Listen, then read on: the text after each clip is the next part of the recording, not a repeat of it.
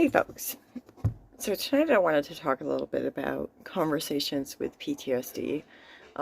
One of the things that I have heard many times is that, well, you're ruined. If you're a survivor of child sexual assault, you're ruined. You're impure, you're insane, you're crazy, you're mental, you're bipolar, you're schizophrenic, you're like all of these labels that they have for us. You're frigid, unable to have relationships.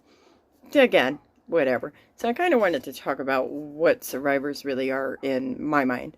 Survivors are people who I feel have gone through unbearable amounts of trauma that causes us to have like effects of nightmares, triggers, flashbacks, insomnia, memory problems, medical problems, but we are nothing less than perfectly imperfect.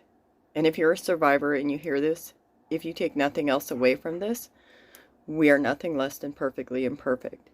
And in spite of all of that, there are many of us that lead happy lives and feel productive in our lives. There are many survivors that contribute to doing things that they find meaningful, like we find something meaningful and healthy for us. And for example, like the survivors that helped with the brochures that I created with the Misfit Amish, the Plain People's Podcast in a Better Way, like that was really healthy for us. And we did it in collaboration with psychologists, detectives, and an editor.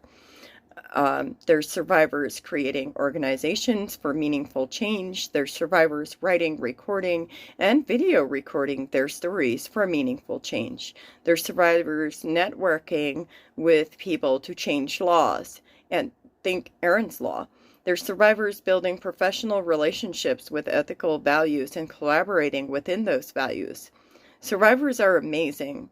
We have faced so much fear in life, and we know how to live life facing fear, and despite it all, still take action. The fear does not immobilize some of us. It does immobilize others, and neither of us are wrong. But survivors are a diverse group of people who have lived through unbearable trauma. And some of us believe that prevention is key, and nothing is better than for those who walk through hell and they come out carrying buckets of water to douse the fires for those who come behind them. Thanks for attending my TED Talk today. Have a good night.